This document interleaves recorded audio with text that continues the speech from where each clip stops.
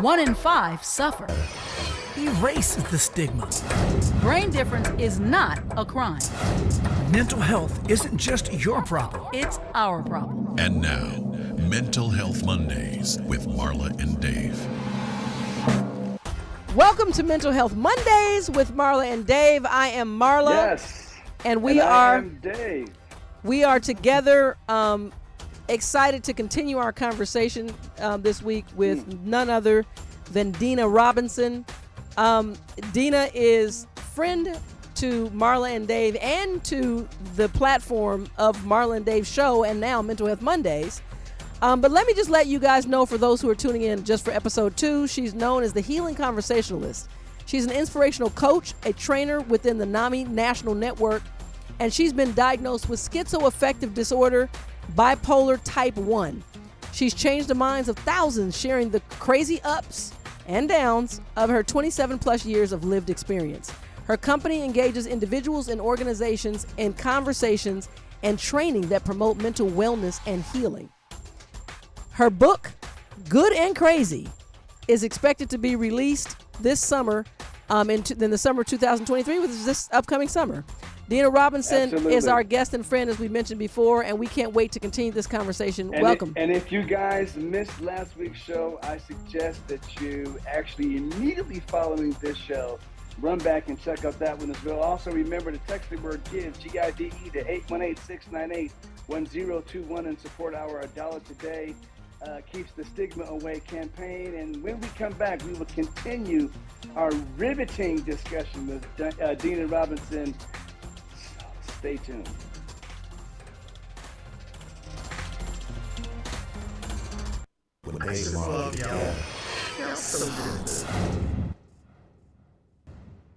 Mental Health Mondays with Marla and Dave and NAMI San Fernando Valley believe it doesn't take much to make life a little better for our neighbors, coworkers, friends, our family members, even our children who suffer with mental illness. When you support our $1 Today Keeps the Stigma Away campaign, you are doing your part to erase the stigma surrounding mental illness. For just $1 today, or $1 a day for 1 week, just $7, we can look forward to a future that does not include the unfortunate and uncomfortable stares, bullying, and the subsequent isolation that our loved ones who suffer with brain differences deal with. Text the word GIVE, that's G-I-V-E, to 818-698-1021 to donate. $1 Today Keeps the Stigma Away. Brought to you by Mental Health Mondays with Marla and Dave and NAMI San Fernando Valley.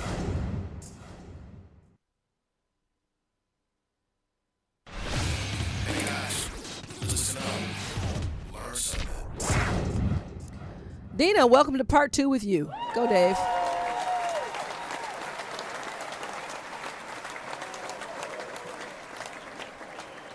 As you were telling us about the conversations that you had with families, especially those who are dealing with loved ones who have a psychotic feature to their mental illness, and that kind of led us into your work as the Healing Conversationalist.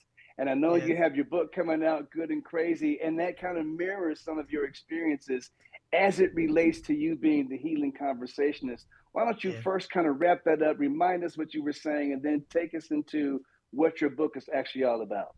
Sure. So thanks, Dave and Marla, for having me again. You all are just absolutely wonderful. I love having these conversations with you. We were talking last week about, whether or not folks who have psychotic events or, mental illness, do they hide behind their illness, and, bad behavior and things like that. And I said, yes, folks are, hiding behind it. I mean, we'll, lots of times use anything we can to try to get away with stuff that we just want to do, right? So I had transitioned to talking about how I've had the pleasure of being with families and talking to families who, have a loved one who has mental illness, and quite a few who have loved ones who have psychotic they also have psychotic features to their illness. And families have called me on emergency to come be with their family member who is in the midst of a psychotic break. And when I get there, it is amazing. I just feel like I have a calling on my life, that I have just been gifted in this way. And I'm so grateful, because I know how difficult, how horrible, how painful, how stressful, how overwhelming being in a psychotic state. Not only is it tough on your mind, but it is excruciating on your body. So, Wow. yes. So, So when I go to these homes, I lead with a sense of compassion, because I know what it's like. So while they Mm, may be behaving, in an erratic way to their family, and it's really hard on the family, I definitely have compassion for that. Absolutely. And I'm there to help a person that I feel like is part of my is tribe, that right? triggering? Is that triggering for you? No, Wow. no. Well, mm, it's triggering in this way, that my heart is so full of Mm-hmm. compassion and wanting to help the person that I know is in pain. I mean, mm-hmm, it's a really difficult place to be psychotic, just to lose touch with consensus reality and to believe this alternate reality that is just so full of confusion. But I know the world well, and I've been able Hmm. to navigate that world and come out of it and talk about it in great mm, detail.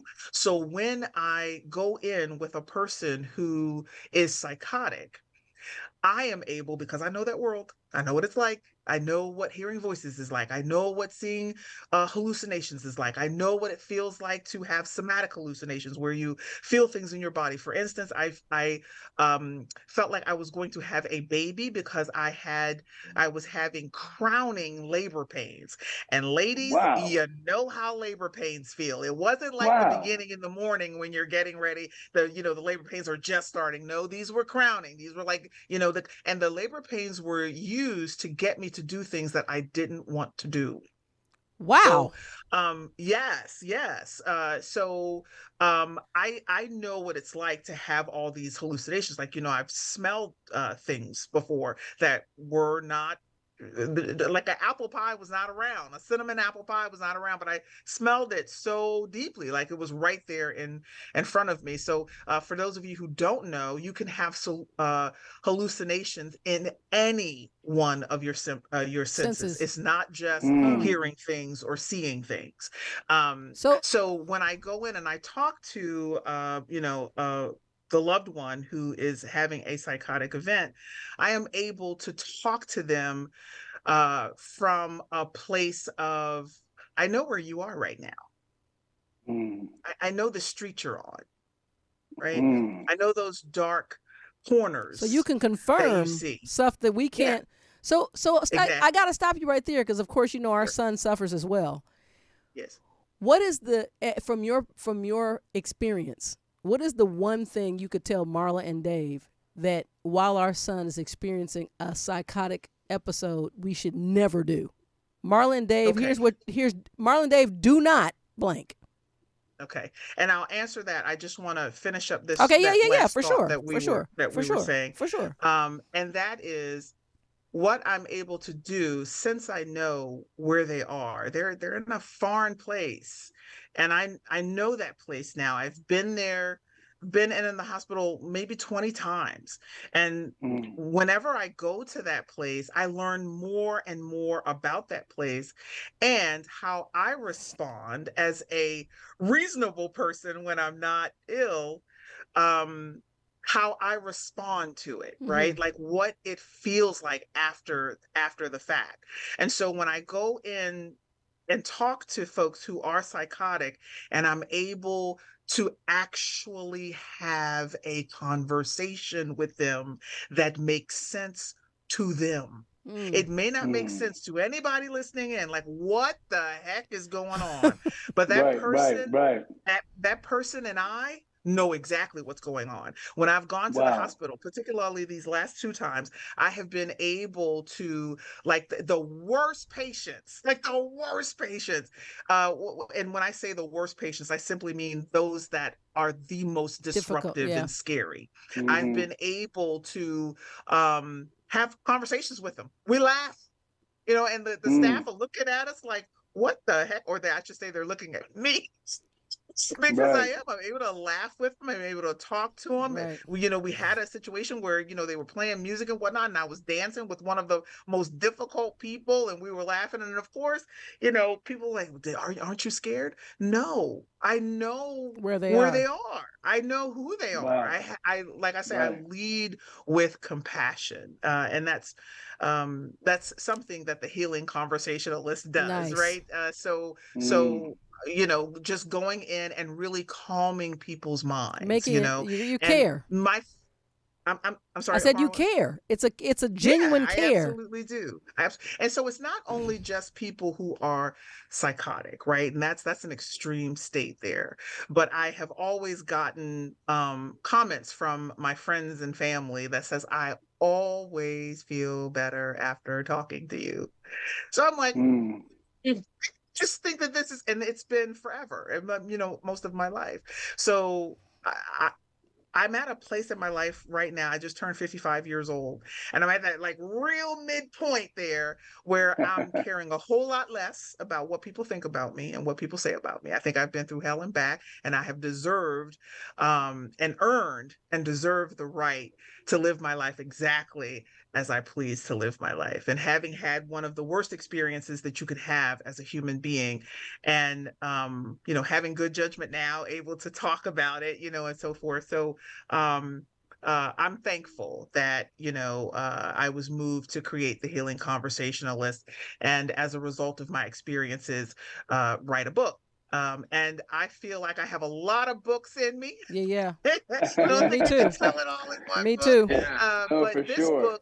this book is talks about my journey, of course, but my journey is a backdrop to talking about the world that we live in and how we all are experiencing a collective mental illness. Yes. We've got Wow. Now, you so know what? much. Yeah. Yeah. That Hold. now Hold. you Yeah. Yeah. just No. said you just Yep. said. She Of did it course, again. every time we listen to you, we're sitting there like, "Oh, Deanna, what are you going to say next?" But you just dropped a heavyweight Okay. I'm bomb gonna right let me there, put this marker out and we're gonna because have to unpack that. the Yeah. marker that we're putting out is the world is experiencing a collective mental. Did you say mental Health illness? crisis. Health crisis. Okay. Yeah, We'll be mental back. health crisis. Mental. She said mental illness. A health collective crisis, mental however you illness. want to say it. Wow. Yeah, Okay. That's it. Hold that point, and we're gonna tear that can open as soon as we get back from this break. Indeed. It's time for the Mental Health Minute with Marla and Dave. You may have heard us extol the value of talk therapy when it comes to maintaining your mental health. Many people, however, may have a difficult time understanding the difference between a psychologist and a therapist when starting their search for professional help. A psychologist is a therapist, but every therapist isn't a psychologist. Confused? Allow us to clarify. According to BetterHelp.com, psychologists have a degree in psychology and often have taken advanced studies in the same field, including doctorate and PhD study levels. They may also research topics that interest them, along with their colleagues or as faculty for higher education facilities. Their job is to diagnose patients and clients and determine treatments based on their observations. Therapists can encompass any number of different professions, including social work. The term therapist has often been used to encompass the social workers and a variety of counselors' job descriptions. Because of this, they may hold a degree in various fields, including an MD, a medical doctor, or a PhD, or a master's, or other state-issued licenses. A therapist's function is different based on their area of expertise and their level of qualification. There are therapists who can help you with every aspect of your mental and emotional health. If you or anyone that you know needs help with finding an appropriate talk therapist, please feel free to contact us here at Mental Health Mondays. This message is brought to you by Mental Health Mondays with Marla and Dave.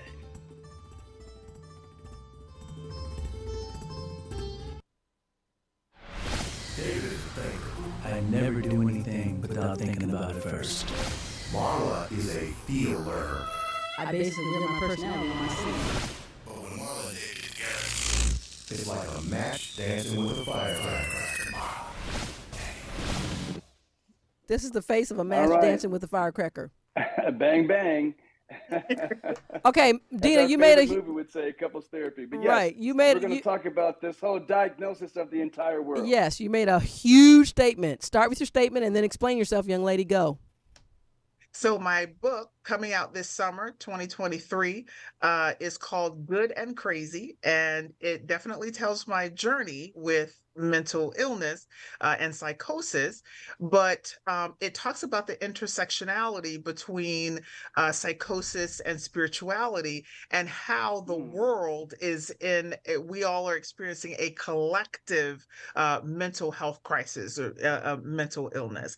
And we can tell that by all that's going on in the world right now.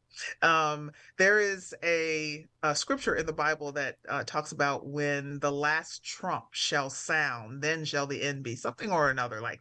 And we literally had a gentleman by the name of Donald Trump who brought out the worst, I would say. Without a shadow of a doubt. I call it the Ghostbuster syndrome. Right. I mean, it was already there, right? Just hibernating, waiting for that. For somebody to give it permission. Right trigger.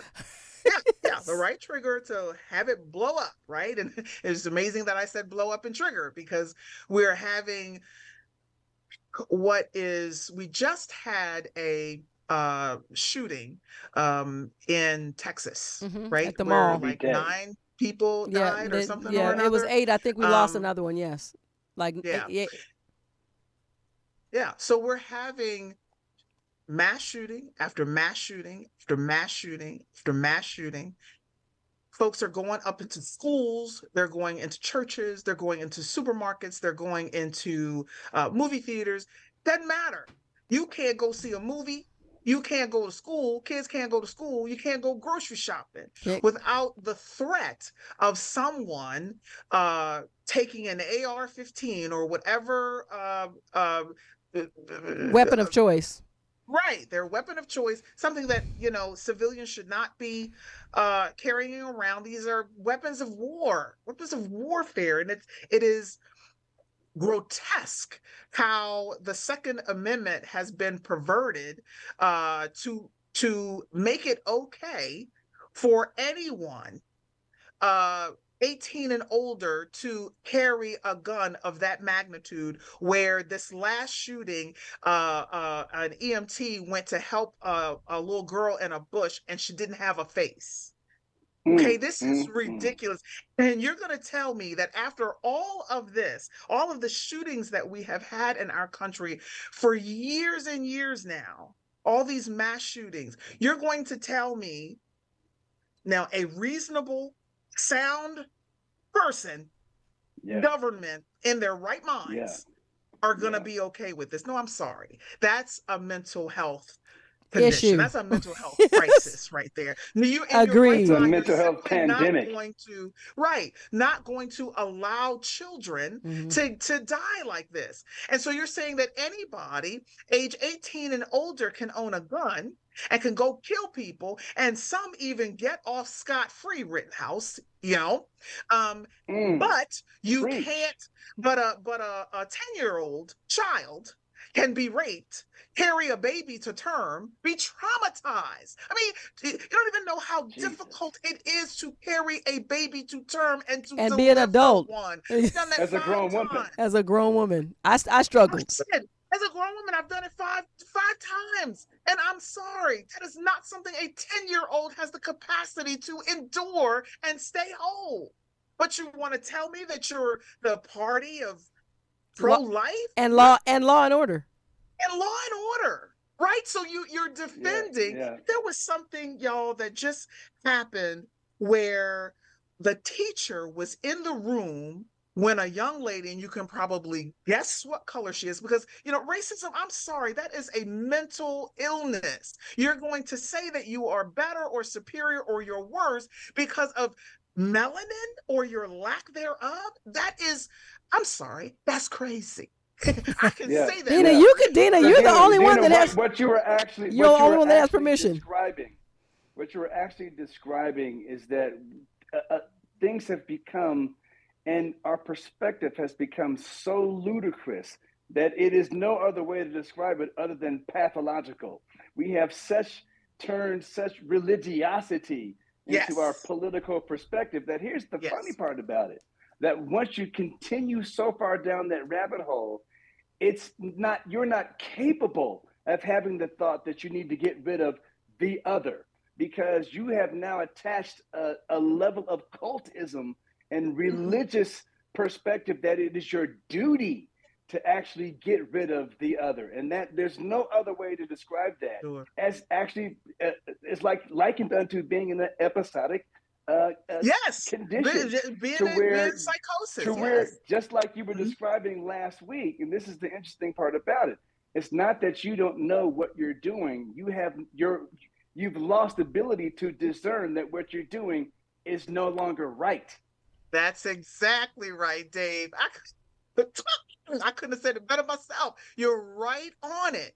I mean, anytime you are going to allow people to become so wealthy, and then to have people begging on the streets and eating out of garbage cans, and that's okay. Yeah. I guess that's There's so something wrong with completely that. okay with you. Right. But you're supposed to be religious. Right. Yeah, and you become inhuman. You don't even realize that you have crossed the plane Right. of what you are. You become inhumane.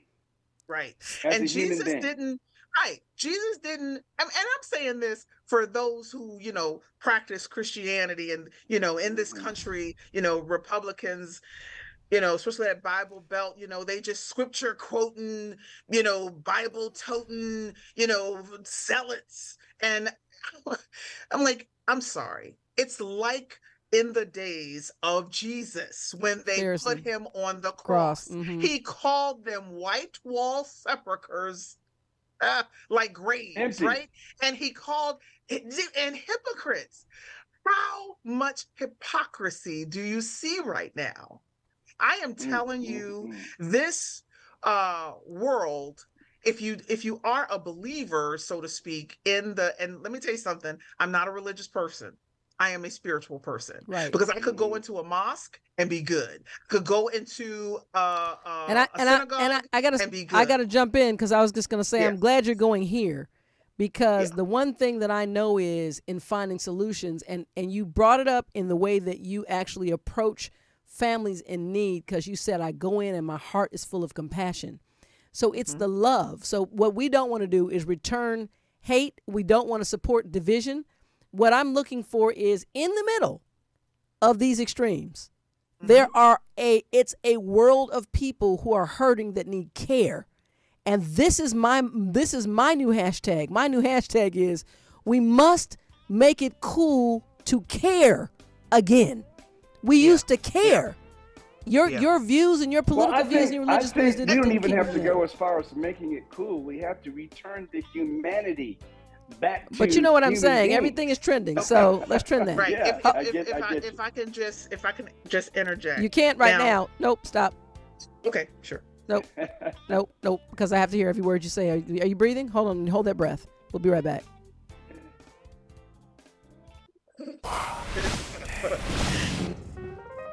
Go ahead, Dave. Finish your pole dancing routine. It's all part of the same thing. I'm gonna start my wave and wave it back to you. So take it away. Anyway, so this is the pole break, and we are continuing our amazing discussion with Deanna Robinson. So we're gonna take a little break. I told y'all. The moment a little bit, and get back to how Deanna actually answered the question last week. Yep. And the question was, in 2019, before the pandemic, 11% of U.S. adults were diagnosed with anxiety or depressive disorder. 1 year into the pandemic, that number grew to what percentage. Your options were 25%, 32%, and 40%. And Deanna was like, well, you know what? I'm always going with the highest number because, as she said, we are in a worldwide pandemic of a health crisis. Mental health, And mental so illness is what she said. yes. And so her answer was 40%, and ding, ding, ding, Ding, she ding. was absolutely Ding, correct. ding. Dina, Dina, Dina, Dina. Ding, ding, ding, ding, ding, ding. If you were in Vegas, ding, ding, ding, ding, ding, All ding, right. ding. All All right, right. so Deanna, we're going to actually give you another chance that we can't give you the answer this week, but we'll let you know and let everybody know next week whether you got this correct. Marlon, what's the question for next week? With the rise in U.S. adults with anxiety and depressive disorder, it now rivals the prevalence of what other chronic issue? Obesity, heart disease, or cancer? Obesity. Okay, well, that's Okay, good now, that you you know answered, what? and we'll tell you when we're ready next week. Okay, not Back before to the then, but show. next week.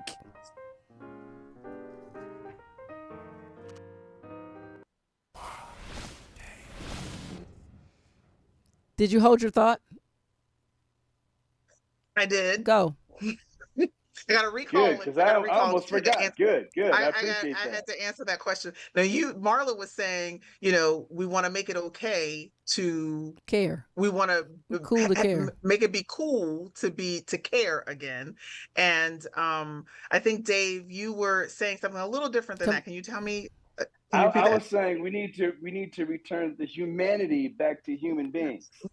Yes. And so right in if what you all are saying is in the middle, I want to go in the middle of your middle. I like it. Because if you look at history, the times when significant change has occurred is violence. We are in a violent time now. I mean, both verbally, physically, mentally, spiritually, we're in a violent time now, right? And there has to be a decisive, not and no disrespect at all, Marla, as you very well know, but not just making it cool to care again. How do you do that? And how, Dave, do we bring back the humanity? How is that happening? After being in such a violent, tumultuous, mentally ill world where people don't give two hoots about one another, it is dog eat dog, and I want to get mine. And if you get yours, okay. And half of the time, I don't like it if you get yours. This kind of sickness deserves, it is called upon some divine intervention, because mankind has proven that they do not have the mental capacity to heal themselves. They need something divine. Absolutely. So I'm saying, with we can say niceties, right? Oh, well, let's all just get along. Oh, well, let's all be nice. Oh, can't we just care? How do we get there? Now, I am a person who does believe in a, as it were, a cataclysmic change or a climactic change. Right. How about that? Right. I am a person that believes in that, right? And I know I believe very much what the Bible says and what Jesus said. When they tried to trip him up, he was calling the scribes and Pharisees hypocrites, right? And they were trying to trip him up, and they were saying, "Hey, don't you say that you're the Son of God? You're the Son of God." And he was like, "Haven't I said in your scriptures that ye are God?" So not only in the Old Testament does it say you're God, all of us. There's nothing that God is not, and it also says Jesus himself says that. And the problem is that we don't know we're divine. And we're behaving ignorantly. So with all of my heart and the work that I do, I want to help people see who they really are. That is the only way that we are going to change, is we change from the inside out. And if I can be a catalyst in making that change come about, and sometimes, let me tell you, Brother Dave, Sister Marla, that's not going to be pretty. right? Well, Deanna, But I am, I tell you yeah, this. I tell you yeah. this because we are running out of time, and this has been an amazing I 2 told you. weeks of What didn't I tell riveting, y'all? I just want to say, transformational. didn't I tell y'all? And Marla did tell us that this was going to be a doozy, and Deanna, you did not, as usual, you did not let us down. Listen. I have to say this to our audience. You follow Deanna, be involved, contact Deanna.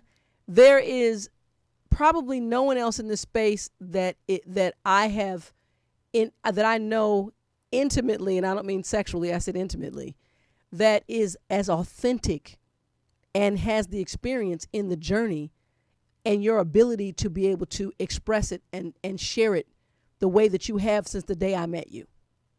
Well, Deanna, I'm Thank also you, going to Marla. say this, that concept of, and coming full circle from the concept that the world has experienced a global mental health crisis to where we are under some strange pathology. And Yes. I love your emphasis on how do we get back to caring. And it is only in understanding that we have so focused on individuating and becoming our own individual that we've Hmm. lost perspective on the fact That's that right. Of the we are collective. all the same That's true. and part of Absolutely. a collective We're part of a humanity. collective. That's true. And so we've Absolutely. kind of gone so far that we've lost our connection to one another, and that is a good place to start bringing it back. Dina, I say you are amazing human being. The Thank you, healing Dave. conversationalist, you have definitely given us some healing today and some And I perspective. would tend to And we say, I'm sorry, go ahead, Dave. I was going to say we want only the best for you as your book Good and Crazy comes out this summer. We want you to come back after it comes out so we can Absolutely. actually talk to you about it and the Absolutely. impact that we know that it's going to have. And I have Marla, go ahead. All right. I have a strange exit gratitude. I know this is going to sound bizarre. Dina, of all the times, I am grateful that God trusted you to have these challenges so you could bring this to us. That's the truth. And that's how I feel. I love y'all, man. I love y'all. Thank you so much for allowing me to Thank be you. on the show and to express the things that I have expressed. Please get in touch with me. You can visit my website at www.thehealingconvo.com. Please reach out to me directly at Deanna, Deanna, at thehealingconvo.com. Be at peace, everybody. Thank you, See Dina. you guys next See week. you guys next week. Bye-bye now. It's raw,